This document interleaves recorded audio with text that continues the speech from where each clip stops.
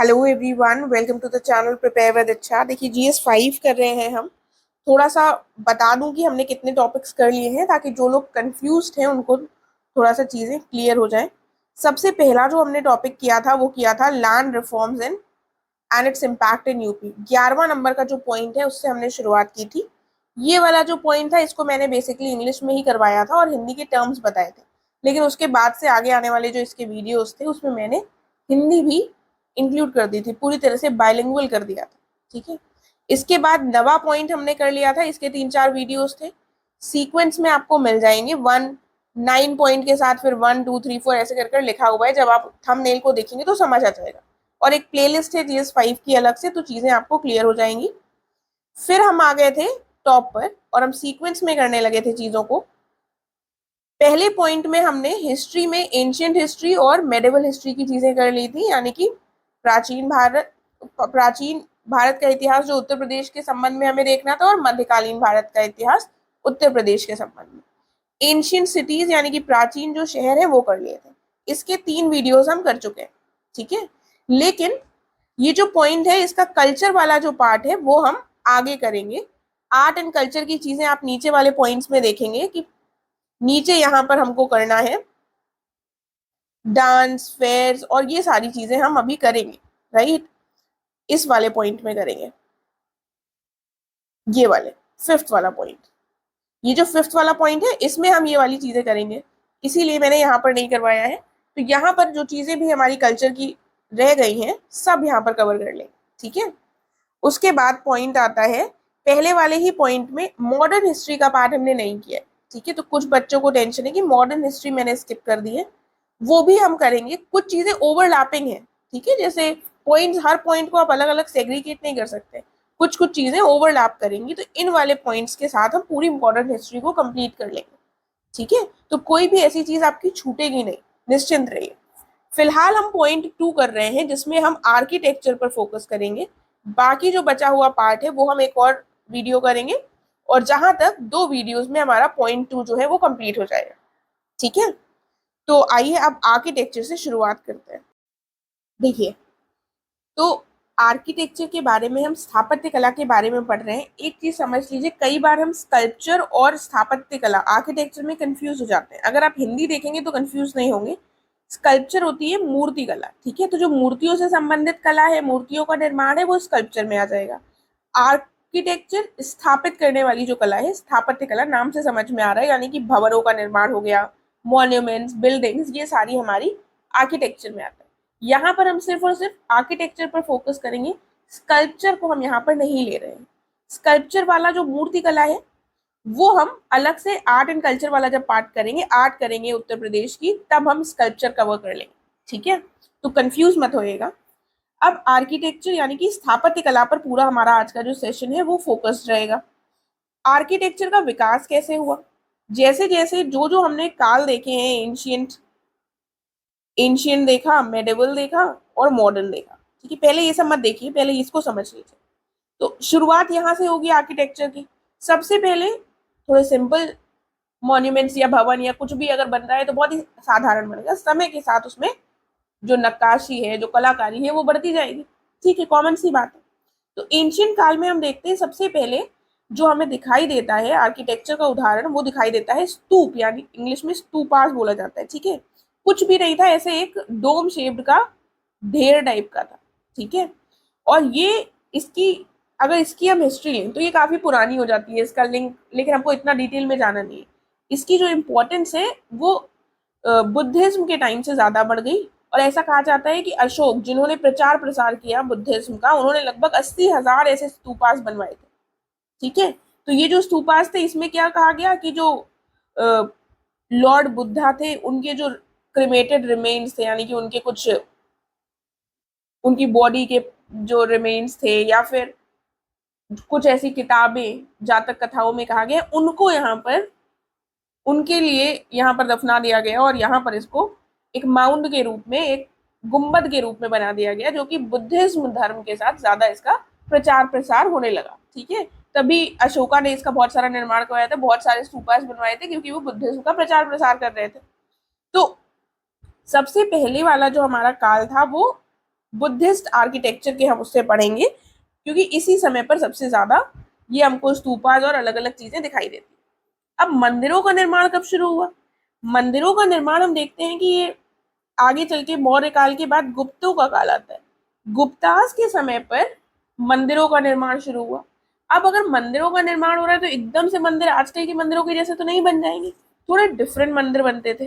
ठीक है, पहले ईंटों का प्रयोग नहीं होता था, फिर धीमे से ईंटों का प्रयोग होने लगा। ठीक है, इस तरह से हम देखेंगे आर्किटेक्चर में आर्किटेक्चर आगे बढ़ रहा है।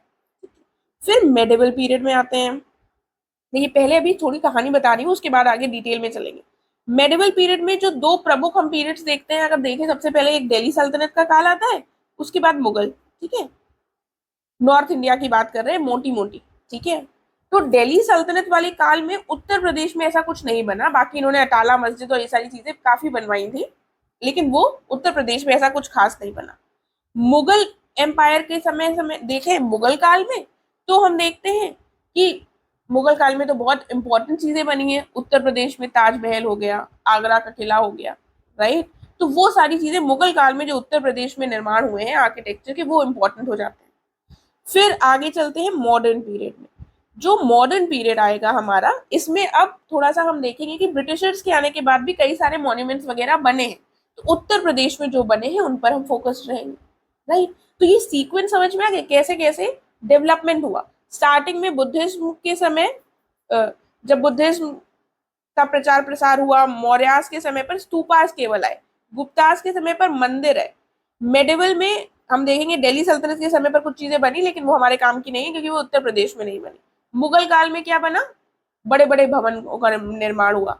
और फिर कॉलोनियल पीरियड में जो चीजें हुई उनको पढ़ेंगे, क्या क्या हमारे यहाँ बिल्डिंग्स या फिर भवन निर्मित हुए।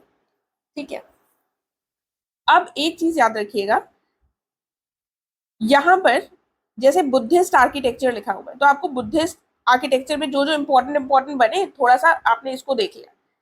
ठीक है, उसके बाद हम टेम्पल आर्किटेक्चर पढ़ेंगे। ठीक है, लेकिन अगर मान लीजिए आपसे कहा जाए कि गुप्तास के एरा में, जो गुप्त काल था, उस समय पर कौन सा आर्किटेक्चर का उत्तर प्रदेश में विकास हुआ, तो आप समझ जाएंगे ना कि टेम्पल आर्किटेक्चर वाली जो चीजें थी वो गुप्तों के काल पे बनी थी। ठीक है, अशोका के समय पर आर्किटेक्चरल डेवलपमेंट की अगर बात होगी, तो आपको क्या चीजें मेंशन करनी है वो आप समझ जाएंगे ना। तो हेडिंग्स के हिसाब से थोड़ा सा समझ लीजिएगा कि कहाँ पर क्या लिखना है, क्योंकि आपको पीरियड्स तो पता ही है हिस्ट्री के, राइट। तो कंफ्यूज नहीं होना है कुल मिलाकर। देन एक चीज और इम्पोर्टेंट आती है कि जहां पर भी संभव हो वहां पर डायग्राम जरूर बनाइएगा। ठीक है, जैसे स्तूपास को मेंशन कर रहे हैं तो एक स्तूपा का डायग्राम आपके पास होना चाहिए। यहाँ पर आपको नहीं मिलेगा, मैं थोड़ा सा रफ डायग्राम आपको बताती हुई चलूंगी, लेकिन इसके साथ आप एक बार इससे ना समझ में आए तो गूगल सर्च कर अपने नोट्स में डायग्राम जरूर ऐड कर लीजिएगा। ठीक है, आर्किटेक्चर में डायग्राम बनाना बहुत इंपॉर्टेंट हो जाता है। देन सबसे पहला अब हम शुरुआत करते हैं धामेक स्तूप। ये जो धामेक स्तूप है सारनाथ वाराणसी में है।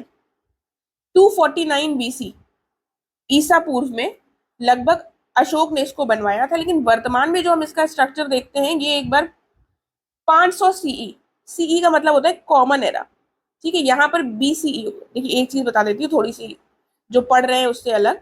पहले हम लोग पढ़ते थे बीसी, बिफोर क्राइस्ट, और एडी पढ़ते थे। ठीक है, लेकिन अब इसको वर्तमान में बदल दिया गया। ठीक है, अब इसको क्या कर दिया गया है, अब इस ये जीरो से पहले वाला जो समय था ये मान लिया गया था क्राइस्ट का जन्म हुआ, इससे पहले था बिफोर क्राइस्ट, उसके बाद से हमारा 1 2 3 4 सारे साल चल रहे हैं। ठीक है, अब इसको क्या कर दिया गया है, ये वाले पार्ट के बाद वाला हो गया कॉमन एरा। ठीक है, और ये हो गया बिफोर कॉमन एरा। ठीक है, तो अब जैसे बचपन में हम लोग बीसी और एडी पढ़ते थे, अब हम बीसीई और सीई लिखते हैं, तो ये कंफ्यूज मत होइएगा। चलिए फिलहाल वापस आ जाते हैं। तो सीई मतलब यहाँ वाला जो समय था 500 सीई के लगभग कौन होगा, 500 ईस्वी के लगभग। तो 500 ईस्वी के लगभग गुप्तों के समय पर, गुप्त काल के समय पर एक बार फिर से देखते हैं जो वर्तमान स्ट्रक्चर है वो निर्मित होता है। ठीक है, और ये जो धामेक स्तूप है इसको बनाया गया है, तो मैंने बताया ना किसी ना किसी चीज के को रिप्रेजेंट करते हुए बनाया गया है, कि बुद्धा के कुछ रिमेन्स हैं, ठीक है, या फिर किसी किताब का ऐसा कुछ। तो यहाँ पर ये क्या रिप्रेजेंट करता है, ये वो जगह स्थान को रिप्रेजेंट करता है जहां पर गौतम बुद्ध के द्वारा अपना पहला उपदेश दिया गया था अपने शिष्यों को। ठीक है, डियर पार्क ऋषि पत्तन भी कहा जाता है इसको, डियर पार्क ऋषि पत्तन। ठीक है, ये बना कैसे है? अब कोई भी चीज आर्किटेक्चर में अगर हम पढ़ रहे हैं तो वो किससे निर्मित हुई है, ठीक है, ये इंपॉर्टेंट हो जाता है। तो इसका निर्माण जो है ये आंशिक रूप से हम देखते हैं पत्थर से हुआ है और आंशिक रूप से ईंटों से हुआ है। उसके बाद हम देखते हैं कि जो निचली और निचला जो हिस्सा है इसकी ओर उन्मुख जो पत्थर है ये गुप्त काल के मृदु फूलों की नक्काशी से सुशोभित है। अब थोड़ा सा आर्किटेक्चर के बारे में बता रहे हैं तो ये भी बताएं कि जो नीचे वाला पार्ट है यहाँ पर भले ही ये थोड़ी सी टफ लैंग्वेज लिखी है लेकिन कुछ ऐसा है नहीं, फ्लोरल डिजाइन है, फूलों की डिजाइन बना दी है, बस कुल मिलाकर वो बात की जा रही है, ऐसी नक्काशी की गई है। जो ऊपर वाला हिस्सा है वो वर्तमान में हम देखते हैं कि वो अधूरा है। देन आगे देखते हैं, इसमें कहा गया है, दीवार पर मनुष्यों और पक्षियों की उत्कृष्ट नक्काशी और ब्राह्मी लिपि में शिलालेख है। अब इसकी दीवारों पर हम देखते हैं, कहीं पर भी आप कहीं घूमने जाते हैं तो अगली बार से जब जाइएगा तो वहां के आर्किटेक्चर को एक बार देखने की कोशिश कीजिएगा। तो जो आर्किटेक्चर और वास्तुकला वाली चीजों से हम डरते हैं ना, तो वो डर खत्म हो जाएगा हमारा। ठीक है, तो यहाँ की दीवारों पर इन सब की चित्र और नक्काशी की गई है। ठीक है, इन सब का को बनाया गया है और ब्राह्मी लिपि में वहां पर लिखावट भी है। ठीक है, ये हो गया हमारा। उसके बाद एक दूसरा आता है धर्मराज का स्तूप। ठीक है, ये जो है ये भी सारनाथ वाराणसी में है। इसका कंस्ट्रक्शन माना जाता है कि 5 फेजेस में हुआ। मौर्य काल से लेकर अर्ली मेडिवल पीरियड तक इसका कंस्ट्रक्शन होता रहा। ठीक है, समय समय पर कोई आया उसने कुछ थोड़ा बनवा दिया, फिर आगे 100-200 साल बीते, फिर किसी ने थोड़ा बनवा दिया, तोड़वा दिया, फिर बनवा दिया। ठीक है, इस तरीके से इनका कंस्ट्रक्शन चलता रहा। देन चौखंडी स्तूप, देखिए चौखंडी स्तूप आ जाता है, ये भी सारनाथ में। ऐसा माना जाता है कि 4th से 6th शताब्दी के बीच में बनाया गया था गुप्त काल में। और ये उस स्थान को चिन्हित करता है जहां पर जो लॉर्ड बुद्धा थे ये अपने डिसिपल से पहली बार मिले थे, जो पहला डिसिपल था उससे मिले थे। ठीक है, तो ये वाला चौखंडी स्तूप उस चीज को चिन्हित करने के लिए बनाया गया था। एक ये मिट्टी का टीला है जैसे स्तूप होता है और इसके ऊपर एक ऑक्टागनल टार है, यानी कि बीच में अगर आप इसको देखेंगे इस तरीके इसकी कुछ इमेज है। ऑक्टागनल यानी कि अष्टकोणीय है, अष्ट मतलब 8 से समझ में आ गया ना, 8 साइड्स है। और ये जो ये है इसका टावर, ये है हमारा ईटे से निर्मित। ठीक है, तो ये इसकी एक यूनिकनेस आ जाएगी। ये पॉइंट याद रखिएगा इससे संबंधित। आगे बढ़ते हैं, अशोक स्तंभ की बात आती है। अशोक स्तंभ आपको पता है कि इससे हमारा लिया गया है नेशनल एम्बलम। ठीक है, ये एक फ्री स्टैंडिंग है यानी कि अकेला खड़ा हुआ है और ये चुनार सैंडस्टोन, चुनार के बलुआ पत्थर से निर्मित है। देखिए कैपिटल जब भी लिखा होता है तो यहाँ पिलर की जो शीर्ष होता है ऊपर वाला उसको कैपिटल कहते हैं। ठीक है, तो ये लाइन कैपिटल ऑफ अशोका है, ऊपर वाला जो पार्ट है यहाँ पर ये निर्मित है। और अशोक का सिंह चतुर्मुख स्तंभ शीर्ष जो है इसको अशोक के द्वारा निर्मित करवाया था। सिंह चतुर्मुख, 4 और मुख है उसका, और स्तंभ के शीर्ष पर ये स्थित है। राइट, तो हिंदी से समझ में आ जाता है कई बार इजीली। और इसके बारे में थोड़ा सा डिटेल देख लेते हैं। थोड़ा थोड़ा देखिए, रटने की कोशिश मत कीजिएगा वरना ये आर्किटेक्चर वाली चीजें हम रट नहीं पाते। थोड़ा सा इमेजिन करते हुए चलिए चीजों को ताकि समझ में आता रहे। ठीक है, देखिए ड्रम के आकार के शीर्ष पर 4 सिंह मूर्तियां हैं जो एक दूसरे से जुड़ी हुई है। अगर आप कभी गए हैं, आपने इसको देखा हुआ है तब तो बहुत ईजी है, वरना अगर आपको मेरी बात ऐसे ना समझ में आ रही हो तो आप एक बार गूगल सर्च कर भी देख सकते हैं, तुरंत आपको सामने वो इमेज आ जाएगी। ठीक है, शीर्ष के किनारों को पहियों से सजाया गया है। अगर आपने नेशनल एम्बलम को देखा होगा तो आपको समझ में आ जाएगा। उसके बाद क्या कहा गया है, शेर और बैल जैसे जो जानवर है इनकी मूर्तियां इन स्तंभों की सुंदरता में 4 चांद लगा देती हैं। और इसके आधार पर घंटे के आकार को का उल्टा कमल है, जैसे ये जो है यहाँ पर ऐसे घंटे के आकार का उल्टा कमल है। ठीक है, ऊपर सारा स्ट्रक्चर निर्मित है शेर वाला। ठीक है, इस तरीके से ये निर्मित है। और कुछ इसी तरीके से एक रफ डायग्राम की अपने पास प्रैक्टिस कर लीजिएगा, बनाकर रख लीजिएगा। ठीक है, इनकेस ऐसा क्वेश्चन है तो आप एक रफली चीजों को बना सके। ठीक है, फिर ऐसा कहा गया है कि इसको तुर्क इन्वेजन, तुर्कों का जब आक्रमण हुआ था उस समय पर ये टूट गया था, लेकिन जो बेस है पिलर का वो अभी भी अपनी ओरिजिनल लोकेशन पर खड़ा हुआ है। और ये अशोक का सिंह चतुर्मुख स्तंभ शीर्ष जो है ये राष्ट्रीय चिन्ह है, ये आप लोगों को पता है। इसके अलावा ये तो हमने देख लिया कि वाराणसी में कौन कौन से प्रमुख स्तूप है, इसके अलावा भी अन्य जगहों पर भी है, तो उनके भी हमें थोड़े से बारे में पता होना चाहिए। जैसे कुशीनगर पर, जहां पर भगवान बुद्ध ने महापरिनिर्वाण की प्राप्ति की थी, वहां पर एक बना हुआ है।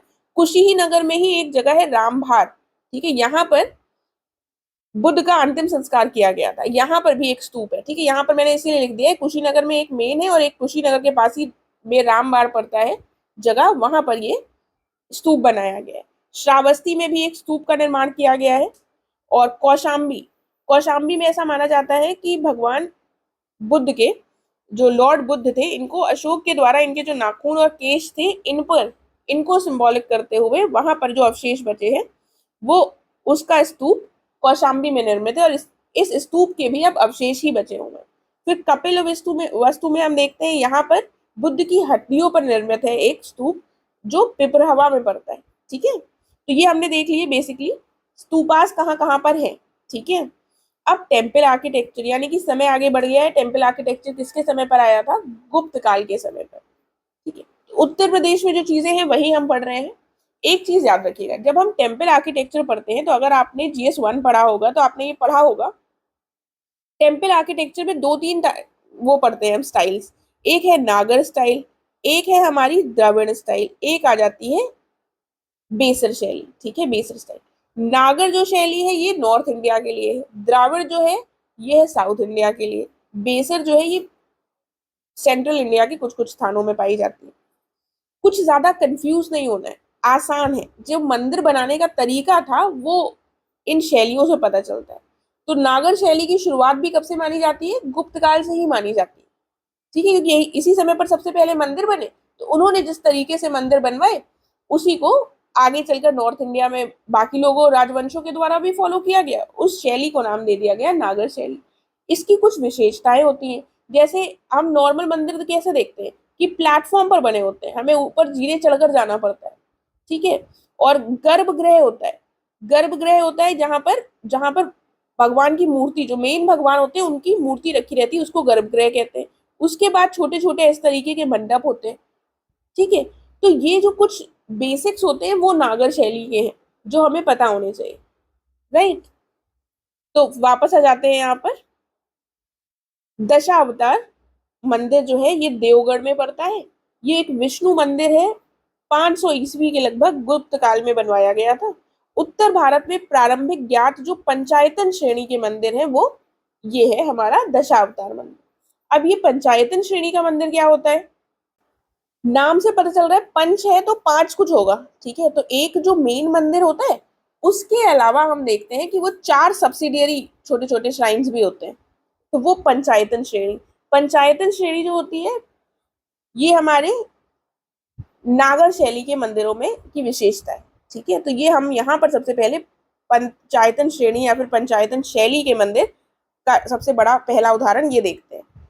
इसमें और हमने क्या देखा, यहाँ पर हम देखते हैं गर्भगृह की ओर जाने वाले जो नक्काशीदार द्वार है उस पर गंगा यमुना की आकृतियां भी निर्मित होती है।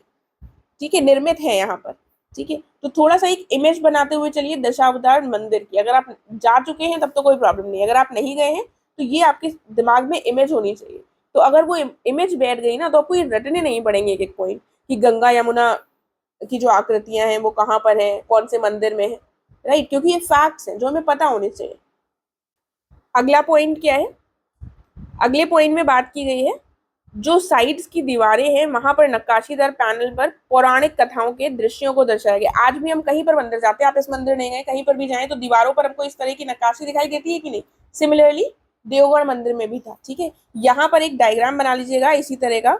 नागर शैली के जो मंदिरों का डायग्राम होता है थोड़ा सा ऐसे बनेगा, इसके बाद ऐसे ऐसे आएगा, फिर यहाँ पर फिर ऐसे ऐसे मंडप। ठीक है, तो थोड़ा सा बना लीजिएगा, यहाँ पर मैं ऐसे नहीं बना पाऊंगी। एक बार गूगल कर लीजिएगा अगर आपने अभी तक ऐसे चीजें ना देखी हो। अगर आप पेपर 1 में बना चुके हैं, आर्किटेक्चर वाला पार्ट पढ़ चुके हैं, वेल एंड गुड। ठीक है, तो ये जो मेन मंदिर वाला पार्ट है ना, बीच वाला, यहाँ पर मेन मंदिर का जो पार्ट होता है इसी को गर्भगृह कहा जाता है, जहाँ पर भगवान की मेन जो भगवान उस मंदिर के होते हैं उनकी मूर्ति रखी जाती है। ये वाले मंडप हो गए। ठीक है, और ये थोड़ा सा प्लिंथ हो गया जो चबूतरा होता है। ठीक है, इस तरह से एक बना लीजिएगा ताकि ये चीजें आपको रटनी ना पड़े। फिर आता है भीतर गांव मंदिर, ये कहाँ पर पड़ता है? कानपुर में। ये क्या है? इसमें हम देखते हैं कि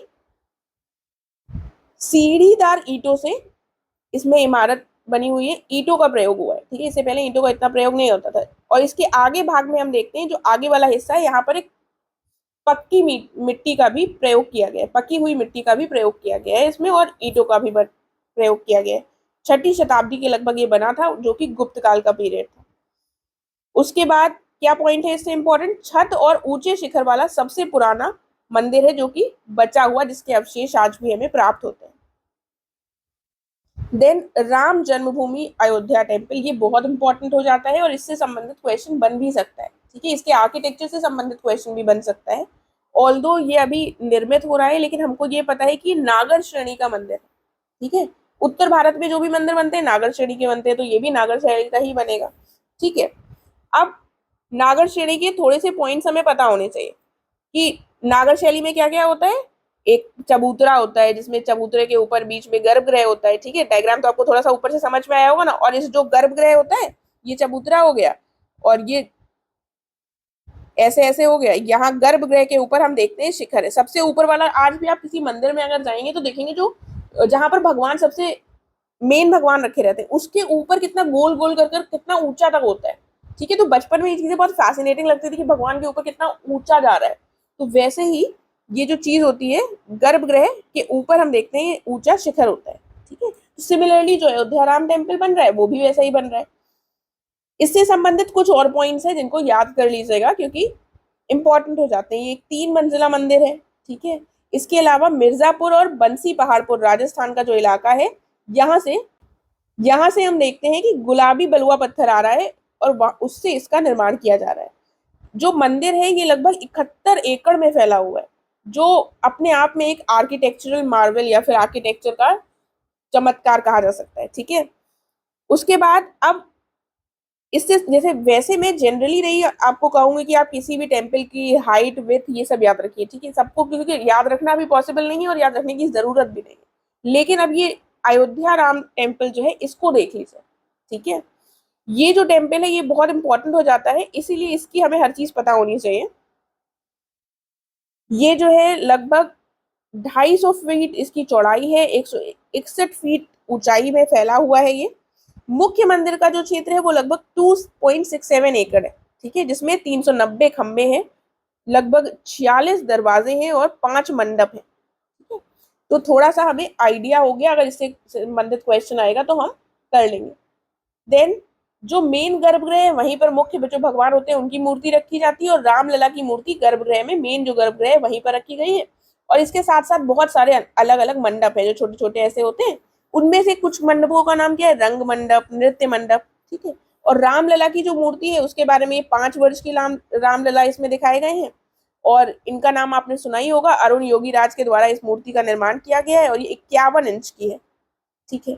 इसमें लोहे का प्रयोग नहीं हुआ है, इस टेम्पल की कंस्ट्रक्शन में नहीं हो रहा है, ठीक है। तो ये एक इंपॉर्टेंट पॉइंट आ जाता है।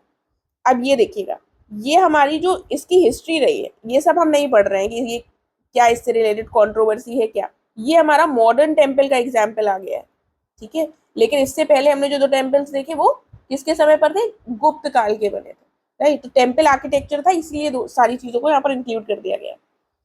देन फिर अब हम एंशियंट की हमने चीजें देखी, अब हम थोड़ा सा आगे बढ़ेंगे, और फिर हम देखते हैं कि जब मुस्लिम इन्वेजन होता है भारत में, तो भारत की अपनी एक शैली थी, जो भारत में जिस तरीके से निर्माण कर रहे थे मंदिरों का, भवनों का।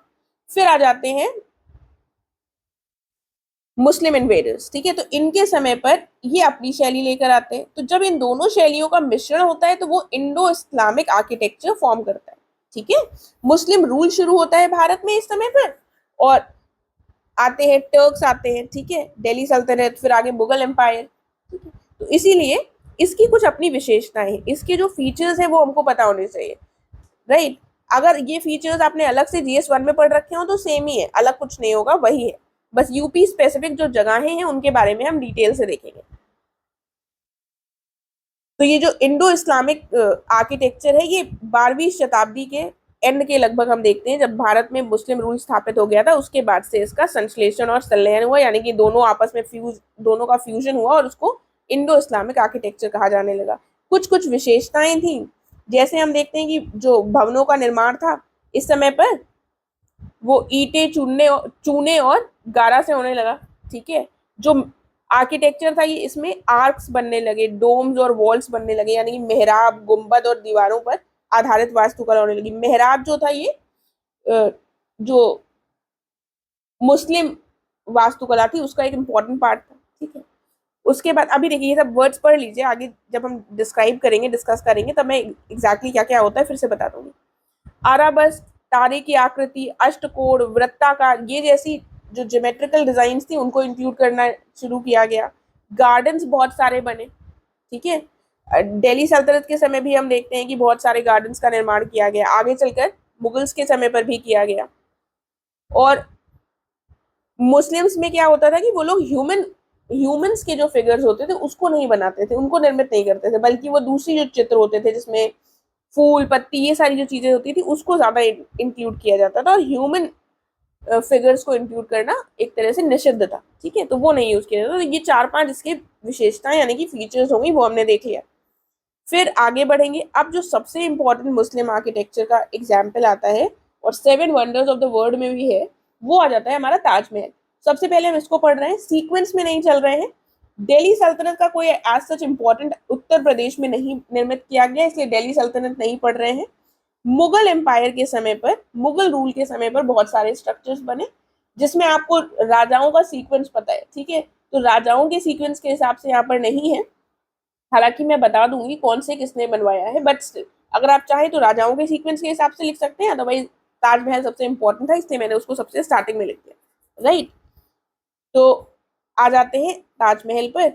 यूनेस्को का वर्ल्ड हेरिटेज साइट भी है, 1983 में ये बना था। यूनेस्को का विश्व धरोहर स्थल, भारत का पहला स्थल था, ठीक है। बेसिक्स है, शाहजहां ने बनवाया था मुमताज महल के लिए, ये सब आपको पता है, यमुना नदी के तट पर है। 1632 से 43 तक इसका निर्माण हुआ था। इसका जो वास्तुकला का निर्माण का जो प्लान था वो किसने प्रिपेयर किया था? उस्ताद अहमद लाहौरी ने। इनको नादिर उल असरा की उपाधि दी गई थी। अब ये जो है, ये भी अगर आपने ताजमहल विजिट किया है तो आपको पता होगा कि ताजमहल जो है मेन, वो बहुत एक ऊंचे प्लेटफॉर्म पे बना हुआ है, लगभग 22 फीट ऊंचा है प्लेटफॉर्म, ठीक है। और इसकी ऊंचाई है 108 मीटर। देखिए मैंने रिसेंटली इसको विजिट किया था, तो ये बहुत ही इजीली चीजें समझ में आ जाती है। अगर आपने विजिट किया है तो आपको भी इजीली समझ में आ जाएगा, लेकिन अगर आपने इसको विजिट नहीं किया है तो एक बार फिर से गूगल सर्च कीजिए, एक बार उसको देखिए, ठीक है। अब तो घुमा घुमा कर 3D इमेजेस में भी हम चीजों को देख सकते हैं, तो वैसे एक बार देखने की कोशिश कीजिए, राइट। तो आपको एकदम आसानी से समझ में आ जाएगा, वरना आप सिर्फ इसको रटते रहेंगे और समझ नहीं आएगा। ये तो हमको पता ही है कि ये मकराना मार्बल से बना है, ठीक है। उसके बाद सर्कुलर मिनारेट्स हैं इसके 4 कॉर्नर्स में, ठीक है। मिनारेट्स कुछ नहीं होता है, मीनारे जो होती हैं ऐसे ऐसे लंबी लंबी ऐसे खड़े रहते हैं, तो जो प्लेटफॉर्म है उसके चारों ओर ऐसे सर्कुलर मिनारेट्स हमको देखने को मिलती है, ठीक है, गोलाकार 4 कोनों में। साथ में हम देखते हैं इसके शीर्ष पर उल्टे कमल के आकार की छतरी से युक्त सुंदर गुम्बद बने, ठीक है। तो ये जो हमारा कुछ इस तरह का, देखिए इस तरह के लोटस के शेप का उल्टी आकृति में बना हुआ है, ठीक है, छतरी की तरह ये गुम्बद पर बना हुआ है, ठीक है। तो वही बात की गई है। उसके बाद कहा गया है जो निचली मंजिल की मध्य भाग में हम देखते हैं कि शाहजहां और मुमताज की कब्रें हैं, ठीक है। और कब्रों के ऊपर हम देखते हैं कि नकली कब्रों की तरह उसको बन रखा गया है, और ठीक उसी के ऊपर जो वास्तविक कब्रें हैं उन्हीं के ऊपर नकली कब्रें बना रखे हैं और फर्श पर रखा गया है, ठीक है। तो ये जो असली है वहां तक जाना अलाउड नहीं होता। फिर हम देखते हैं कि पीतरा डेवरा जो है यहाँ का एक इम्पॉर्टेंट फीचर हो जाता है, और मोटिव्स इन कैलीग्राफी। अब ये जो शब्द है ये थोड़े से टफ होते हैं। तो बेसिकली पीतरा डेवरा का मतलब होता है जड़ावट। जैसे यहाँ पर ये दीवार है, इसमें स्टोन्स जो जेम्स वगैरह होते हैं उस तरीके की ऐसी डिजाइन बनाई गई कि ऐसा लग रहा है दीवार में ही उसको जड़ दिया गया है। जो जड़ावट हमारा टर्म होता है ना, वही हमारा लेमन लैंग्वेज में पीतरा डेवरा को हम समझ सकते हैं, ठीक है। मोटिव्स क्या होती है? जो डिजाइन होती है जो बार बार रिपीट हो रही होती है मंदिरों में, या फिर हम कहीं पर भी जाते हैं किसी मॉन्यूमेंट को देखते हैं तो वहां पर देखते हैं इस तरह की डिजाइन है, फिर इस तरह की सेम डिजाइन है, वो मोटिव्स हो जाती है, ठीक है। बस ये टर्म्स हैं आर्किटेक्चर से संबंधित, वरना इसमें ऐसा कुछ टफ नहीं है। उसके बाद आता है आगरा का किला, ठीक है। जो आगरा का किला था ये बनवाया था अकबर ने, ठीक है। और उस समय पर इसके आर्किटेक्ट थे कसीम खान, ठीक है, कासिम खान कहा जा सकता है। इसके 2 दरवाजे थे मुख्यतः, एक वेस्टर्न दिल्ली गेट था, एक ईस्टर्न अमर सिंह गेट था, यानी कि पश्चिमी दिल्ली दरवाजा और पूर्वी अमर सिंह दरवाजा। और इसको अकबर ने बनवाया था, तो ये इंस्पायर्ड किससे थे, किससे प्रभावित थे, किसके किले से? राजा मान सिंह के द्वारा जो ग्वालियर में किला बनवाया गया था उससे ये प्रभावित है। ठीक है, अब इस किले के अंतर्गत बहुत सारे अलग अलग मॉन्यूमेंट्स बनवाए गए। इसके अंतर्गत एक जहांगीरी पैलेस था जो बहुत इंपॉर्टेंट है, जिसको अकबर ने बनवाया था।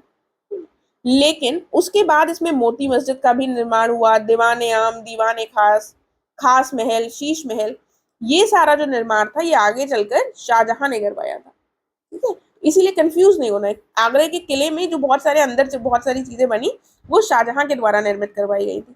अगर हम मुगल काल में देखें तो आर्किटेक्चरल का जो जेनिथ कहा जा सकता है, पीक पीरियड कहा जा सकता है, वो किसका था? शाहजहां का। शाहजहां ने सबसे ज्यादा वास्तुकला की चीजों की स्थापना की थी, वास्तुकला को बढ़ावा दिया था एक तरीके से। ठीक है, उसके बाद हम देखते हैं जो ये मोती मस्जिद बनवाई थी शाहजहां ने, इसमें हाई ग्रेड व्हाइट मार्बल का प्रयोग हुआ था, उच्च ग्रेड का सफेद संगमरमर। ठीक है, पर्सी ब्राउन के हिसाब से, पर्सी ब्राउन ने कहा था कि मोती मस्जिद है जो, ये मुगल वास्तुकला की सर्वोत्तम यानी कि सबसे अच्छी संरचना है। ठीक है, तो ये अगर हमें कुछ कोट करना हो तो ये पॉइंट हम लिख सकते हैं। फिर आता है फतेहपुर सीकरी। फतेहपुर सीकरी जो है ये आगरा से लगभग 40 किलोमीटर पश्चिम में पड़ता है और ये बनाया गया था, इसका निर्माण इसको करवाया गया था बहाउद्दीन, एक आर्किटेक्ट थे, उनकी देखरेख में। जब अकबर ने गुजरात पर विजय कर ली थी, ठीक है, तो उन्होंने इसका नाम फतेहपुर, फतेह का मतलब विक्ट्री, समझ आ रहा है ना, तो फतेह कर ली थी तो इसका नाम फतेहपुर सीकरी कर दिया था। उससे पहले इसका नाम क्या था? सीकरी। और गुजरात की विजय के बाद ही इन्होंने इसको अपनी राजधानी बना दिया था। इसका कंस्ट्रक्शन कैसे हुआ? कंस्ट्रक्शन मटेरियल इंपॉर्टेंट हो जाता है। जैसे इसका कंस्ट्रक्शन हुआ है, अगर हम देखें तो लाल बलुआ पत्थर से, ठीक है, और पारंपरिक शहतीर शैली में इसको निर्मित किया गया।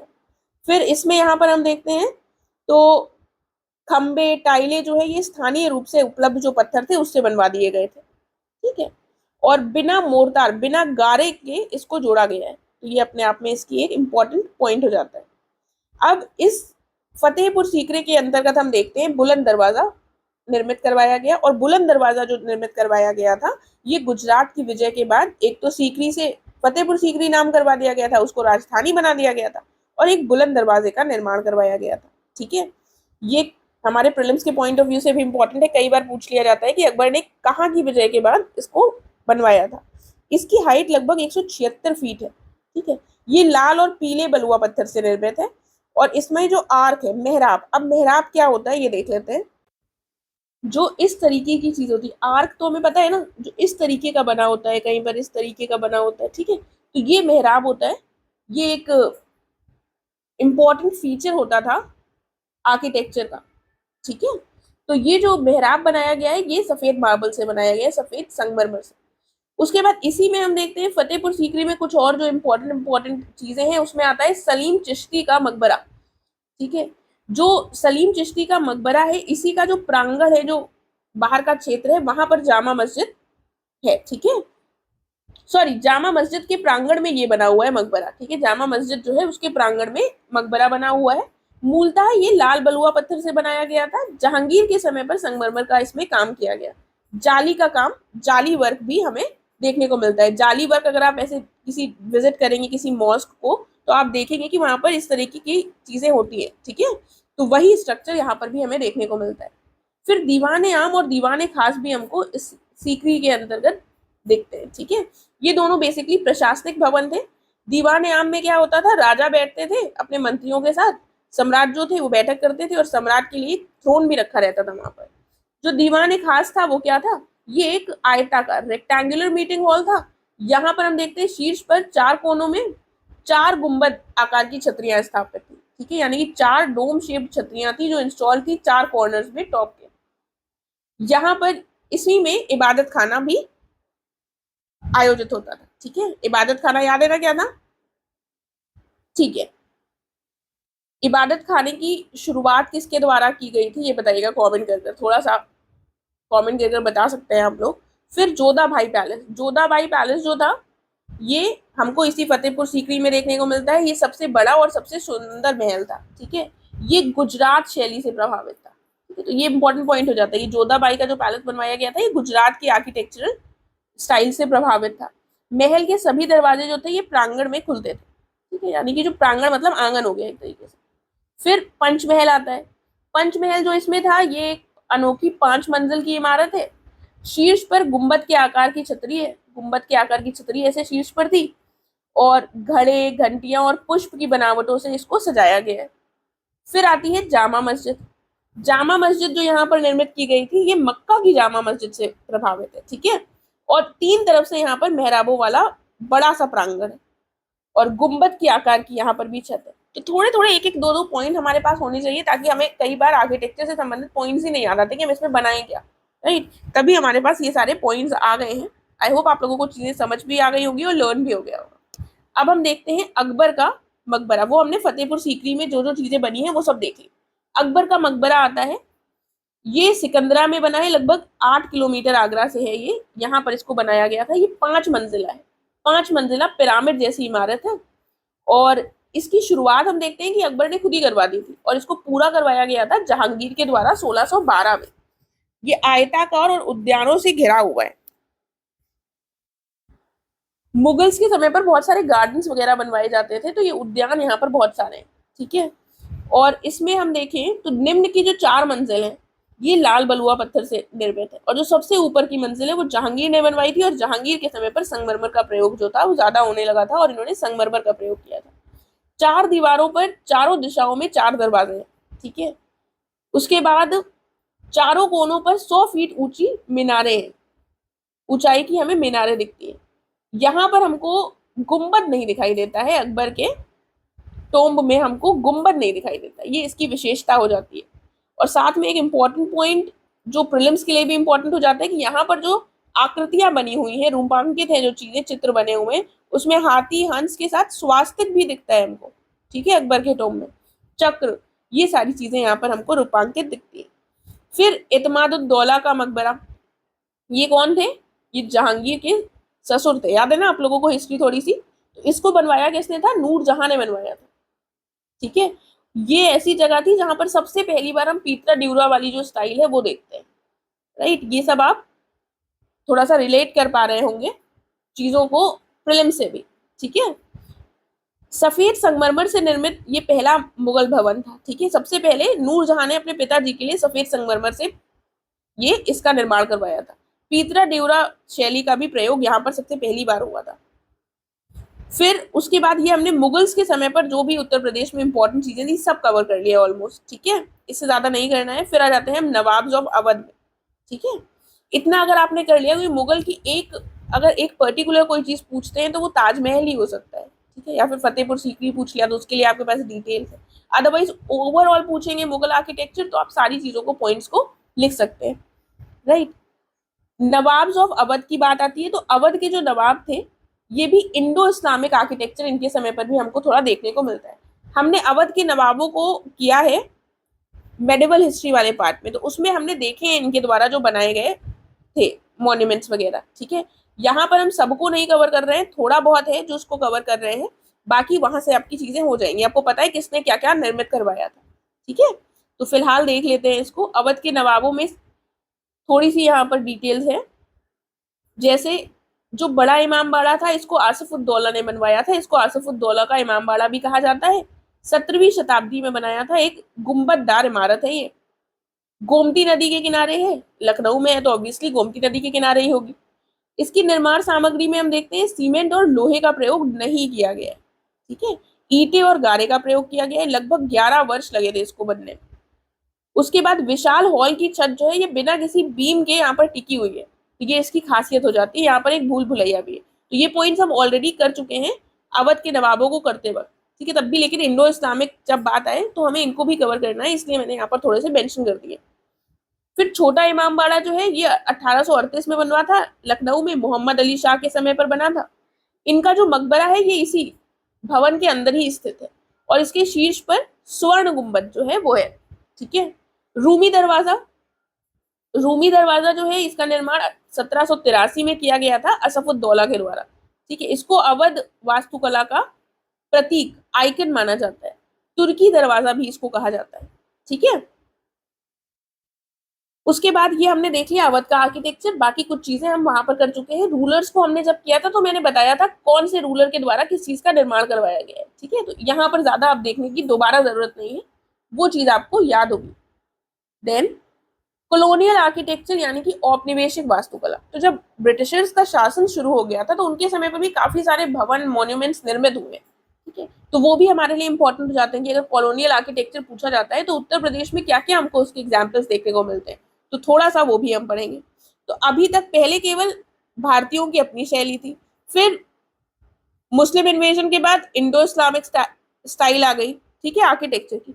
उसके बाद जब यूरोपियंस भी आ गए तो इनकी स्टाइल जो थी वो भी मर्ज हो गई। तो ये सब कुछ मर्ज हो गया था आपस में, ठीक है, जिसको इंडो सार्सनिक आर्किटेक्चर के नाम से भी जाना जाता है, ठीक है। ये क्या रिफ्लेक्ट करता है, ये रिफ्लेक्ट करता है ईस्टर्न और वेस्टर्न आर्किटेक्चरल स्टाइल्स का फ्यूजन, दोनों आपस में मिल गए थे, यहाँ की जो चीजें थी और जो बाहर से वो लेकर आए थे। अब इसके एग्जाम्पल्स क्या हैं? सबसे पहले एक आ जाता है मेयो मेमोरियल भवन, ठीक है। ये प्रयागराज में निर्मित था 1879 में, आर रॉस्कल बेन के द्वारा इसको बनवाया गया था। ये शोकेस क्या करता है, कॉलोनियल आर्किटेक्चर जो 1900 नहीं 19वीं और 20वीं शताब्दी का जो कॉलोनियल आर्किटेक्चर था, औपनिवेशिक वास्तुकला, उसको प्रदर्शित करते हैं, ठीक है। ऐसा कुछ यहाँ पर आर्किटेक्चर के लिए स्पेसिफिक नहीं देखना है। फिर नाम थोड़ी ज्यादा इंपॉर्टेंट हो जाते हैं, ऑल सेंट्स कैथेड्रल, ये जो है इसको स्टोन चर्च भी कहा जाता है, और ये है कहाँ, बेसिकली प्रयागराज में स्थित है, ठीक है। और ये जो है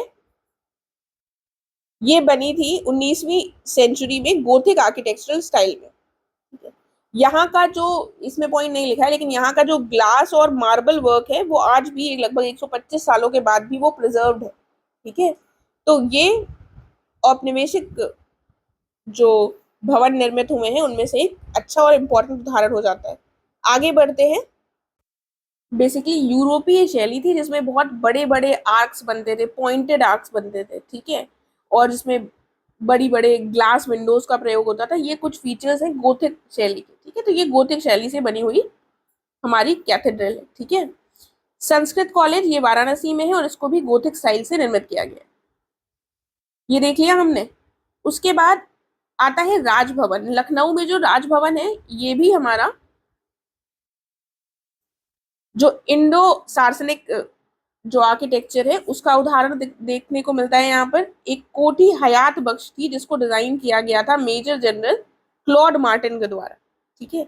इंडिपेंडेंस से पहले, स्वतंत्रता से पूर्व हम देखते हैं कि ये कोठी हयात बख्श जो थी ये गवर्नमेंट हाउस के रूप में डिक्लेयर कर दिया गया था, और ये जो गवर्नर होते थे हमारे प्रोविंस के, United province of Agra and Awadh, उसके उनके रहने का स्थान था। बाद में इसको क्या कर दिया गया, इंडिपेंडेंस के बाद हम देखते हैं इसका नाम बदलकर राजभवन कर दिया। ऑब्वियसली जब इंडिपेंडेंस नहीं मिली थी तो राजभवन के नाम से तो नहीं जाना जाएगा ना, उसके बाद इसको राजभवन के नाम से कर दिया गया था। एंड वर्तमान में जो हमारे गवर्नर होते हैं वो उनका ये ऑफिशियल रेजिडेंस होता है, ठीक है। उसके बाद आता है विधान भवन। जो विधान भवन है उसको अगर हम देखें तो ये जो दो हाउसेस हैं इनको इनका भी तो कंस्ट्रक्शन करवाया गया था।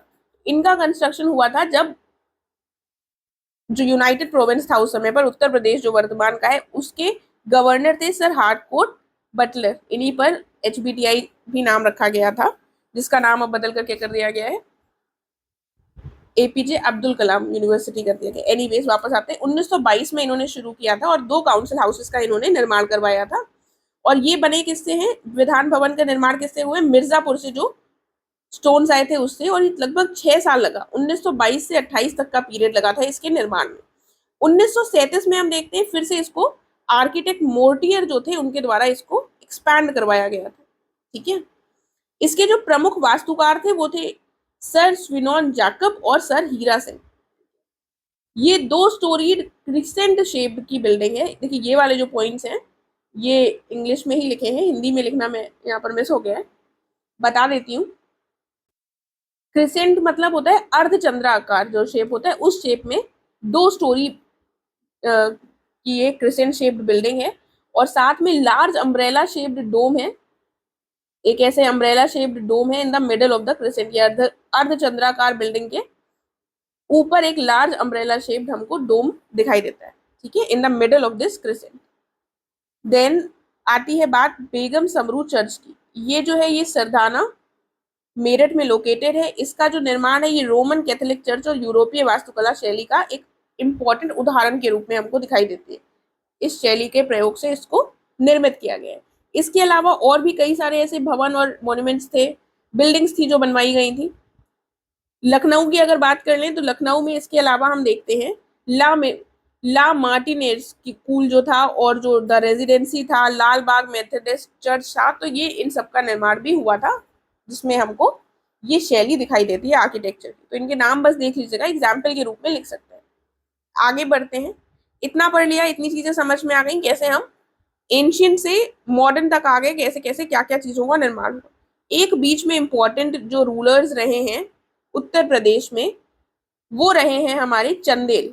ठीक है, तो चंदेलों के समय पर एक बहुत इंपॉर्टेंट चीज रही है इनका आर्किटेक्चर। ठीक है, चंदेल शासक बुंदेलखंड वाले, उत्तर प्रदेश है ये हमारा, ये बुंदेलखंड वाला जो क्षेत्र आता है यहाँ पर चंदेल शासकों ने राज किया। ठीक है, तो अब उस समय पर यूपी की ऐसे बाउंड्री तो थी नहीं, तो यहाँ पर ये रहते थे, महोबा इनकी कैपिटल थी और यहाँ पर इन्होंने खजुराहो टेम्पल्स का निर्माण किया। ठीक है, खजुराहो टेम्पल्स अपने आप में बहुत इंपॉर्टेंट हो जाते हैं, लेकिन इन्होंने क्योंकि निर्माण उसका यहाँ पर किया जो कि पड़ता है एमपी में, इसीलिए हम इसको पढ़ने से बच गए और हमको खजुराहो टेम्पल्स की डिटेल्स नहीं देखनी है। ठीक है, तो ये हमारे लिए थोड़ा सा फायदे की चीज होगी, खजुराहो टेम्पल्स की डिटेल्स नहीं देखनी है, लेकिन फिर भी थोड़ा सा हम देखेंगे कि जो जो चंदेल आर्किटेक्चर था वो महोबा में थोड़ा सा हमको ये दिखाई देता है। उसके उदाहरण 9वीं से 12वीं शताब्दी में हम देखते हैं चंदेल शासकों का शासन था बुंदेलखंड रीजन में। इन्होंने खजुराहो मंदिरों का निर्माण किया है जो कि मध्य प्रदेश में है। इनकी जो राजधानी है वो महोबा है और कुछ महोबा में हमको ऐसे उदाहरण दिखने को मिलते हैं जो कि खजुराहो मंदिरों के समान है। ठीक है, ये प्रयोग किसका करते थे निर्माण में, ये जो लोकली स्थानीय रूप से जो ग्रेनाइट उपलब्ध होता है, हमको पता है कि बुंदेलखंड वाले रीजन में ग्रेनाइट उपलब्ध होता है, उसका प्रयोग किया जाता था। ठीक है, इन्होंने कई सारे झीलों का, मंदिरों का और पहाड़ी किलों का निर्माण करवाया।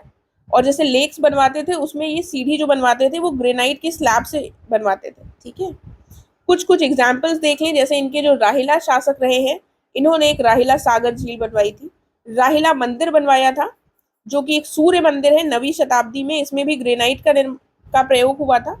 और इस मंदिर की समानता हम कोणार्क के सूर्य मंदिर से देखते हैं, पुरातात्विक समानताएं हमको मिलती है कोणार्क के सन टेम्पल से। देन और कौन शासक थे, एक विजयपाल नाम के शासक थे, इन्होंने विजय सागर लेक बनवाया था 11वीं शताब्दी में। 11वीं शताब्दी में ही कीर्ति वर्मन एक शासक थे जिन्होंने कीर्ति सागर लेक बनवाया। मदन वर्मन थे एक 12वीं शताब्दी में शासक, इन्होंने मदन सागर लेक बनवाया। एक खाकरा मठ का निर्माण करवाया, शिव टेम्पल। ठीक है, जो कि छोटे से स्मॉल आइलैंड में निर्मित था इसी लेक के, मदन सागर लेक के एक छोटे से आइलैंड पर ये टेम्पल जो है ये बना था। ठीक है, उसके बाद एक मकरबाई मंदिर जो है यहाँ पर इंपॉर्टेंट है, ये मकरबाई गांव पड़ता है महोबा में, वहां पर ये मंदिर है और ये यहाँ पर एक के बजाय 3 गर्भगृह है। ठीक है, इसीलिए ये अपने आप में यूनिक हो जाता है। तो एक इंपॉर्टेंट पॉइंट हो गया हमारे पास चंदेल शासकों से संबंधित उनका जो आर्किटेक्चर था। अगर इससे क्वेश्चन आए तो हमारे पास ये पॉइंट्स हैं जिनको हम लिख सकते हैं। राइट, अब हम आगे बढ़ते हैं, थोड़ा सा बचा है, थोड़ा लंबा हो गया है वीडियो, आई अंडरस्टैंड, ब्रेक ले लीजिए, पॉज ले लीजिए, लेकिन कर लीजिएगा। ठीक है, ज्यादा नहीं बचा है, थोड़ा सा ही बचा है। पॉइंट है आर्किटेक्चर का रीसेंट कॉन्टेक्स्ट में सिग्निफिकेंस क्या है। तो ये पॉइंट्स हमको ऑलरेडी पता है, लेकिन अगर 3-4 पॉइंट्स हमारे सामने होंगे तो हमें थोड़ा सा क्लिक कर जाएंगे इजीली, अदरवाइज हम सोचते रह जाएंगे। सबसे पहले आर्किटेक्चर उत्तर प्रदेश में जो हम देखते हैं वो हिंदू मुस्लिम एकता का भी प्रतीक है। एग्जाम्पल ताजमहल। ठीक है, ताजमहल हमारे भारत का प्रतीक है, वो विश्व भर में, तो उत्तर प्रदेश के लिए तो अपने आप में एक बहुत बड़ी उपलब्धि है कि ताजमहल हमारे यहाँ पर है। ठीक है, तो हिंदू मुस्लिम एकता का प्रतीक हम बहुत सारे उदाहरण दे सकते हैं, जो भी मुगल एम्पायर के समय पर, मुगल रूल के समय पर जिन भी इमारतों का कंस्ट्रक्शन हुआ है वहां पर सभी लोग जाते हैं। ठीक है, सबके लिए वो इम्पोर्टेंट डेस्टिनेशन है। कल्चरल संस्कृति को, हमारी संस्कृति को बढ़ावा देते हैं। ठीक है, ये आर्किटेक्चर हमें पता चलता है कि किस तरह की उस समय पर संस्कृति थी, उसको आगे बढ़ाया है इन आर्किटेक्चर्स ने। ठीक है, आगे कॉलोनियल माइंडसेट को भी ये दर्शाते हैं। ठीक है, जो भी ब्रिटिश रूल रहा है उन्होंने ये निर्माण जो करवाए हैं वो अपने हितों के लिए करवाए उसको भी दर्शाते हैं, और उसने हमारे यहाँ, हमारे प्रदेश में, हमारे देश में जो कंट्रीब्यूशन किया है उसको भी कहीं ना कहीं ये प्रदर्शित करते हैं, इसके महत्व को भी बताते हैं। पर्यटन को बढ़ावा देते हैं, ऑब्वियसली इसमें कुछ समझाने की जरूरत नहीं है। स्थानीय अर्थव्यवस्था को बढ़ावा देते हैं। ठीक है, तो ये कुछ पॉइंट्स हो गए। अगर सिग्निफिकेंस के पॉइंट्स आएंगे तो इन्हीं को थोड़ा सा इलाबोरेट कर एग्जाम्पल्स के साथ आपको लिख देना है। उसके बाद आता है गवर्नमेंट के initiatives for the maintainability of architecture. अब सरकार के प्रयास, कोई भी हम टॉपिक पढ़ रहे हो उसमें सरकार के क्या प्रयास है ये जरूर पढ़ना चाहिए, और वो बहुत इंपॉर्टेंट भी होते हैं। सरकार के प्रयासों में क्या आ जाएगा, सबसे पहले तो हमारे कॉन्स्टिट्यूशन में ही दिए गए हैं आर्टिकल्स जो सरकार को जिनका पालन करना होता है। आर्टिकल 49 में कहा गया है कि जो सांस्कृतिक विरासत की रक्षा के लिए राज्य के दायित्व से संबंधित जो प्रावधान है वो यहाँ पर दिए गए। इसका दायित्व है कि वो उसको प्रिजर्व करेंगे, प्रोटेक्ट करेंगे कल्चरल हेरिटेज को। और आर्टिकल 51A क्लॉज F में हम देखते हैं, ये बताया गया है फंडामेंटल ड्यूटी में कि प्रत्येक सिटीजन की ये ड्यूटी होगी कि वो अपनी रिच हेरिटेज और जो हमारा कल्चर रहा है उसको प्रोटेक्ट करें और उसको वैल्यू करें और उसको प्रिजर्व करें। राइट, तो ये कॉन्स्टिट्यूशन में ही हमारे प्रोविजंस दिए हुए हैं। देन सरकार के द्वारा एक एक्ट लेकर आया गया था, ancient monuments and archaeological sites and remains 1958। इसके माध्यम से सरकार का प्रयास है कि इसको मेंटेन किया जा सके जो भी आर्कियोलॉजिकल साइट्स वगैरह है। देन इंडियन हेरिटेज इंस्टीट्यूट, ये नोएडा में स्थापित किया गया। इसका फिर से क्या फोकस है कि कंजर्व किया जा सके और रिसर्च किया जा सके इंडिया के रिच टैंजिबल हेरिटेज में। टैंजिबल मतलब जिस चीज को छुआ जा सके, ठीक है। इनटैंजिबल जो चीज टच नहीं की जा सकती, ठीक है। जो मूर्त विरासत है उसका संरक्षण और पर उनके अनुसंधान पर ध्यान केंद्रित किया जाए। फिर सरकार के द्वारा एक और स्कीम लाई गई थी, अडॉप्ट अ हेरिटेज, अपनी धरोहर अपनी पहचान। एक विरासत को अपनाएं, अपनी धरोहर अपनी पहचान, ठीक है। तो सितंबर 2017 में इसको शुरू किया गया था। इसके माध्यम से जो PSUs हैं या फिर जो प्राइवेट कंपनीज हैं वो लोग अडॉप्ट कर सकती हैं किसी हेरिटेज को और उसके रख रखाव का ख्याल रख सकती है, ठीक है। इसका उद्देश्य क्या है कि जो निजी कंपनियां हैं या फिर सार्वजनिक क्षेत्र की जो इकाइयां हैं या फिर कोई दूसरे फर्म है, ये राज्य के स्वामित्व वाले जो भी पुरातात्विक स्थल है इसको अपनाएं और इनका अनुरक्षण करें, ठीक है।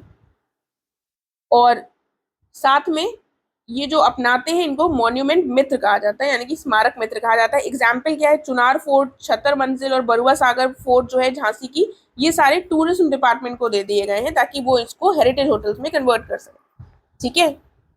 फिर हम देखते हैं ताज ट्रेपेजियम जोन बनवाया गया था। ताज ट्रेपेजियम जोन जो है वो निर्धारित किया गया है, बेसिकली ताजमहल के आसपास का जितना भी इलाका है उसको एक जोन में कन्वर्ट कर दिया गया है और इसके माध्यम से लगभग 40 मॉन्यूमेंट्स जो है वो प्रोटेक्ट हो रहे हैं जिससे कि इसको कोई नुकसान ना हो और इसको कंजर्व किया जा सके, प्रोटेक्ट किया जा सके। इसमें 40 से अधिक जो संरक्षित स्मारक है, इसमें 3 विश्व धरोहर स्थल शामिल है। कौन कौन सा हो जाएगा, ताजमहल तो है ही, उसके बाद आगरा का फोर्ट हो जाएगा, फिर फतेहपुर सीकरी भी इसी एरिया में शामिल है, ठीक है। फिर आता है काशी विश्वनाथ टेम्पल कॉरिडोर। ये सरकार के द्वारा प्रयास किया जा रहा है कि मंदिर को जो घाटे हैं, जो घाट है वहाँ की फेमस कुछ जो घाटे हैं उनसे जोड़ा जा सके, इस कॉरिडोर का निर्माण किया जा सके, ठीक है। तो एक तरीके से ये भी एक हमारे जो आर्कियोलॉजिकल साइट्स हैं उनके कंजर्वेशन और प्रिजर्वेशन का प्रयास है, उसको मेंटेन किया जा सके उसका प्रयास है, ठीक है। उसके बाद सारी हमने इंपॉर्टेंट चीजें देख ली। अब एक कंक्लूजन भी हमारे पास अगर आर्किटेक्चर का क्वेश्चन आता है तो रेडी होना चाहिए, वरना हम सोचेंगे इसमें हम लिख क्या सकते हैं। तो वैसे ही इस तरीके से हमें थोड़ा सा कंक्लूजन, इंट्रोडक्शन कहीं कहीं पर रटना पड़ेगा, रटने के अलावा कोई ऑप्शन नहीं, ठीक है, क्योंकि वहां पर हमारे पास सोचने का टाइम नहीं होता है। कुछ तो आपको तब भी सोचना पड़ेगा क्योंकि रटने की भी एक सीमा होती है, इसलिए जहां पर भी संभव हो वहां पर रट लीजिए। देखिए, various architectural styles of UP represent a cultural amalgamation and assimilation that took place over the years. जितने भी स्टाइल्स हैं, आर्किटेक्चरल स्टाइल्स हैं उत्तर प्रदेश के, वो क्या रिप्रेजेंट करते हैं कि आपस में विभिन्न जो कल्चर्स यहाँ पर रहे उनमें आपस में मिलन हुआ, ठीक है, ओवर द ईयर्स। पूरा हम कह सकते हैं पूर्व बुद्ध युग से लेकर पूरा औपनिवेशिक युग तक का जो फ्यूजन है वो हमको यहाँ पर दिखाई देता है। ये क्लियर डिपिक्शन है, एक स्ट्रॉन्ग एग्जाम्पल है कल्चरल और हिस्टोरिकल डेवलपमेंट का जो उत्तर प्रदेश में हमको देखने को मिलता है, ठीक है। हमें उत्तर प्रदेश में इतने सारे मॉन्यूमेंट्स, इतने सारे आर्कियोलॉजिकल एविडेंस देख सकते हैं, हम यहाँ पर दिख रहे हैं हमको, तो अपने आप में भी वो क्या दिखाते हैं, वो क्या प्रदर्शित करते हैं, बहुत ही इम्पॉर्टेंट, बहुत ही स्ट्रॉन्ग उत्तर प्रदेश का पास्ट रहा है। ठीक है, तो वही चीज़ हिंदी में लिखी हुई है, आप उसको देख लीजिएगा। तो इसके साथ हमारा ये कंप्लीट हो गया है। आई होप जितना बोरिंग ये टॉपिक रहता है उतना बोरिंग आप लोगों को नहीं लगा होगा, एंड चीज़ें आपको समझ में आ गई होंगी। और अगर वीडियो अच्छा लगा है तो प्लीज़ लाइक ज़रूर कर दीजिएगा और शेयर भी कर दीजिएगा अगर आपके आसपास कोई ऐसा हो। अब हम मिलेंगे अपने नेक्स्ट वीडियो में। Thank you so much.